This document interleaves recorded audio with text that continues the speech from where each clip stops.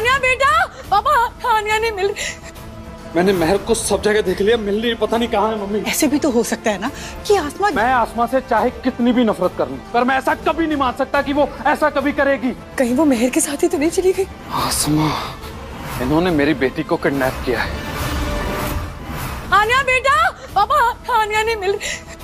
मैंने महर को सब जगह देख लिया, मिल रही पता नहीं कहाँ है मम्मी। ऐसे भी तो हो सकता है ना कि आसमा। मैं आसमा से चाहे कितनी भी नफरत कर लूं, पर मैं ऐसा कभी नहीं मान सकता कि वो ऐसा कभी करेगी। कहीं वो मेहर के साथ ही तो नहीं चली गई?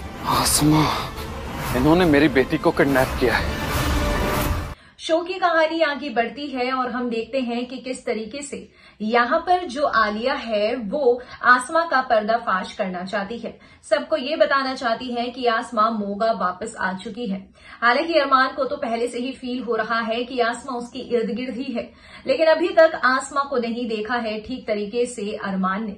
यहाँ पर अरमान एक नर्स को बुलाता है, वो भी अपनी बेटी के लिए, और वो नर्स कोई और नहीं बल्कि होती है यहाँ पर आसमा। आसमा जब घर में आती है तो आलिया सोचती है कि इस नर्स को तो मैं भगाऊंगी, और इसके बाद जब आसमा का चेहरा आलिया के सामने आता है तो आलिया जो है एक बड़ा प्लान बनाने की सोचती है। यहाँ पर आलिया की चालें अभी भी चल रही है। आलिया पहले तो अरमान की बेटी को भी यहाँ पे गोलियां देती हुई नजर आ रही है, वो भी गलत दवाइयां दे रही है। जब आसमा इस बारे में पता करवाती है तो यहाँ पर हम देखते हैं कि आसमा को सारी सच्चाई का पता लग जाता है कि आलिया इतना बड़ा झोल कर रही है। दूसरी तरफ घर में गहने चोरी हो गए हैं।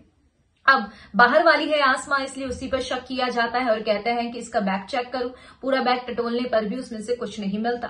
फिर कहा जाता है कि इस लड़की के चेहरे से मास्क हटाओ। आसमा के चेहरे से मास्क हटाने की कोशिश की जा रही है।